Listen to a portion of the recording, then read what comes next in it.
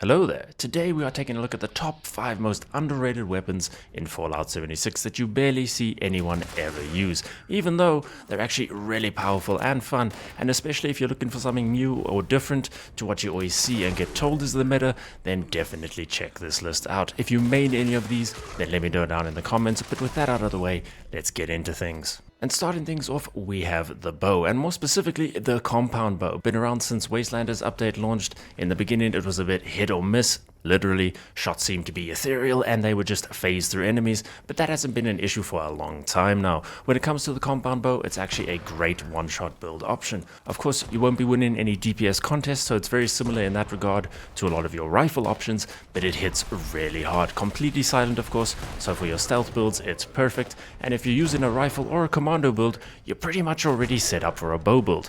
Over in Perception is where you'll find all of your commando, rifleman, and bow cards, so it's literally as simple as, okay, commando today, slot in the commando cards, time for a bow, pop the commando out and pop the bow cards in. The rest of your build can essentially stay the same.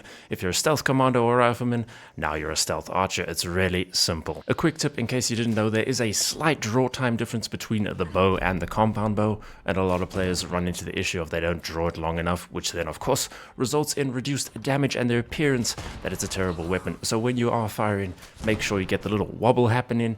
You're good to go at that point. And after a while, you'll get used to the timing and won't even notice it. Personally, I always go for the bloodied option with VATS hit chance and the explosive arrows, but there are other great arrow options out there as well, from poison to flame to plasma to cryo.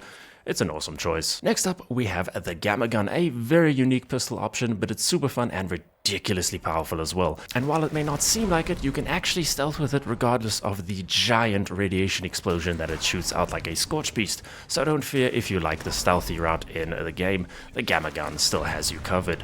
Used to be a bit buggy with the perk cards in that even if you modded it with the signal repeater and made it automatic, the gunslinger perks would still work with it, but the gorilla cards wouldn't. That whole interaction has been patched, so it's working correctly. Another useful aspect of it is you can use it to bloody your character if you go in the bloodied build route. So if you do die and need to irradiate yourself a little bit, then just shoot the Gamma Gun at the ground and you'll get irradiated. And just shoot it enough until you're in your happy bloodied state.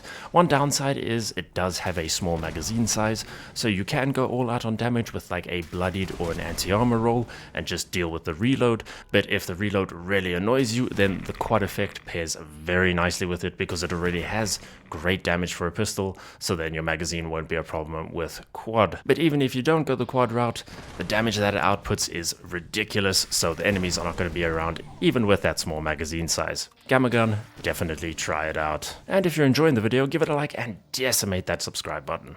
Next, we have the Radium Rifle, which has had a bit of a rough history with 76, but saw recent changes, which has definitely made it a great option.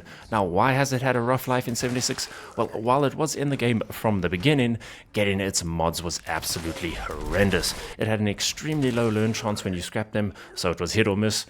Mostly miss for most players. Then the fixer came along, which completely overshadowed all of the options out there, and in particular the Radium, because they both use 45 ammo, so it was a direct competitor. The Radium rifle was also part of the Legacy family, so explosive bullets on it were ridiculously broken, and then of course unobtainable. But since it has been patched, there is hope for it. You can get explosive bullets on it again. The mod learn chance upon scrapping has also been set to more normal levels, but for most it's still a little too late. But don't overlook the Radium if you do get a good roll on it. It's a great option for a commando build and it feels really good to use. Stealth also no problem because you can mod it with a suppressor. Looks so subjective, but for me it looks way better than the fixer. But let me know what you think of the Radium in the comments.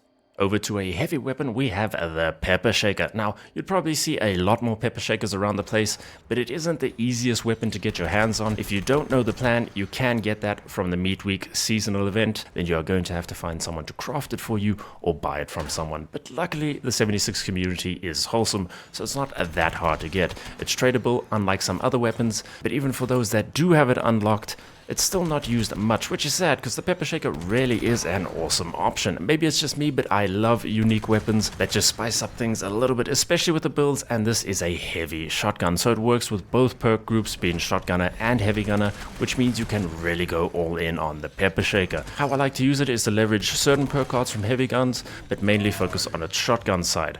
The one main perk card that shotguns lack compared to other weapon groups in the game is an armor penetration perk card, but since this is a heavy shotgun, it means it works for stabilized, which is awesome, and the pepper shaker excels at crippling enemies. It is extremely good at crippling, and especially with a lot of daily and weekly challenges, at least in this season being cripple orientated, the pepper shaker is amazing for that, and it's just super fun to play with a crippling machine. On top of the fact, you'll actually find the pepper shaker has got good damage. Super fun, super unique, looks really cool.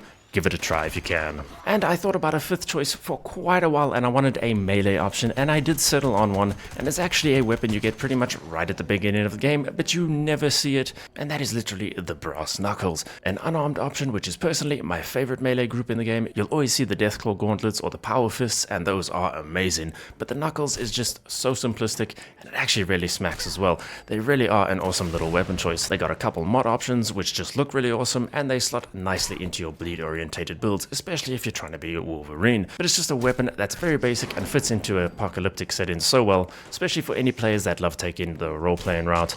Everyday things like this and the baseball bats are just super fun choices to go with. Unarmed is also a great choice because you can stealth with it. It's easy on the perk cards over in strength, so definitely give it a try.